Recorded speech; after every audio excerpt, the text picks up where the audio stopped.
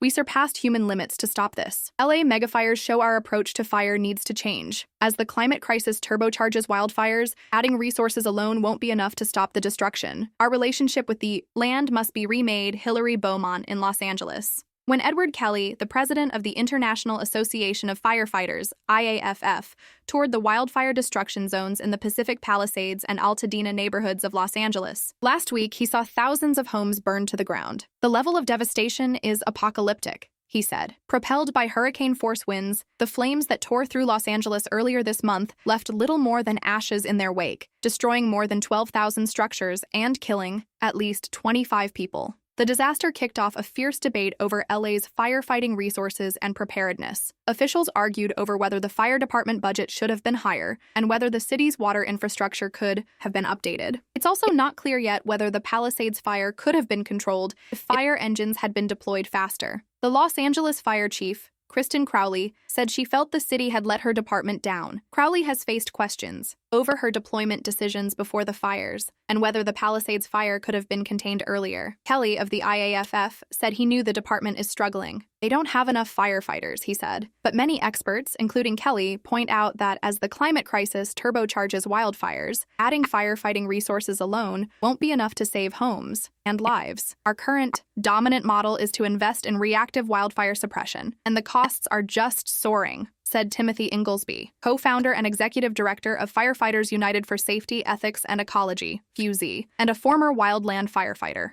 "The problem is we surpassed our human limits to prevent or put out all wildfires, particularly during these extreme wind-driven weather events that have a link to climate change. We surpassed our human limits to stop this," he said. Siege-like suppression. Fire has always been a feature of California's landscape, but the region is on a path to larger and more devastating wildfires. Global warming is making the wildfire season longer, but firefighting tactics in the past century are playing a role as well. Since settlers arrived in the West, the approach to fire has grown into a model of siege-like suppression, said Inglesby. As fires have grown larger, so have the budgets to control and contain them. "This approach is not economically sustainable," Inglesby said. "We're spending more and more money having less and less effectiveness in the goals of protecting homes from burning down." Inglesby said once they grow, fires such as the ones that overwhelmed Los Angeles cannot be stopped, even with more personnel, air tankers, and engines. "No amount of money, you could quadruple that budget and you would not be able to stop those fires and prevent the spread during these extreme conditions," he said. "We need to shift to a proactive model that accepts fire as part of the landscape and mitigates risk with fuel management, like prescribed burns," he said. "Instead of fire suppression, we need fire management and re-engaging with fire, which makes a great ally," he said.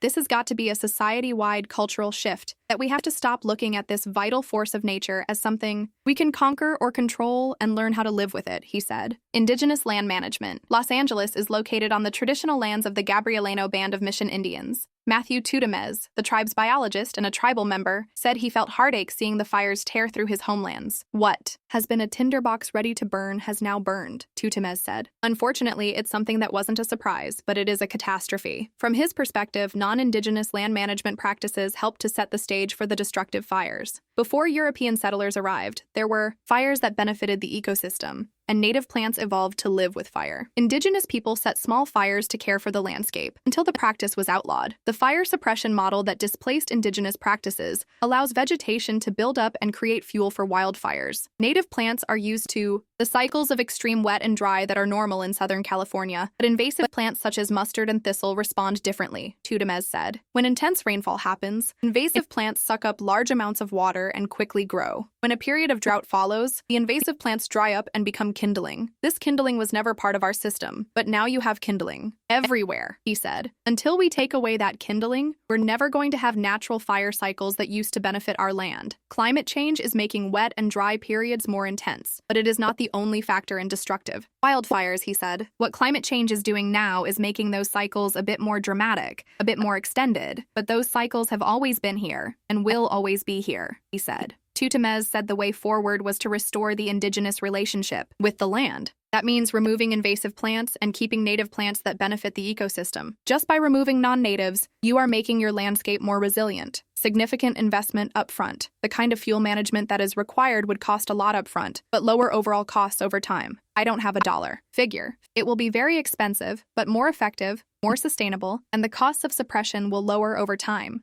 Inglesby said. Fuel management and home hardening reduce fire risk but do not eliminate it entirely, Inglesby added. Southern California's landscape is fire-prone, and there will be fire one way or another. That said, there are areas that are higher risk, with steep slopes covered with chaparral. These are indefensible locations, he said. It's a difficult problem to solve, he said, because there are already people living in those areas. But the first step is better land use planning and zoning. We should put a halt to building new homes in extreme high-risk fire-prone areas, he said. Joe Ten Eyck, Wildfire Urban Interface Fire Programs Coordinator for IAFF, said prevention, such as fuel management and home hardening, would have high costs and would not fully prevent large fires, but it would prevent widespread destruction. On a local level, you're getting into a few $100 million, he said, adding that state and federal governments would also need to budget for prevention. Ike said that although prescribed burns were happening, they were not happening nearly enough. Sometimes that's because the weather windows when they can take place are brief, because of local opposition, or because regulations and time get in the way. For instance, the air pollution control districts push back against prescribed burns because it affects air quality. It needs to be expanded, and then the regulatory barriers that are in place need to be addressed to make it easier to get their work done, he said. Tutemez is not optimistic that the Los Angeles wildfires will be a turning point for fire policy. You're going to have those that are in decision-making ability, that have not been affected, that are going to look at the bottom line, he said. So policymakers are going to make decisions that continue this pathway that we're on of destruction. He called on policymakers and homeowners to include indigenous people in land management practices.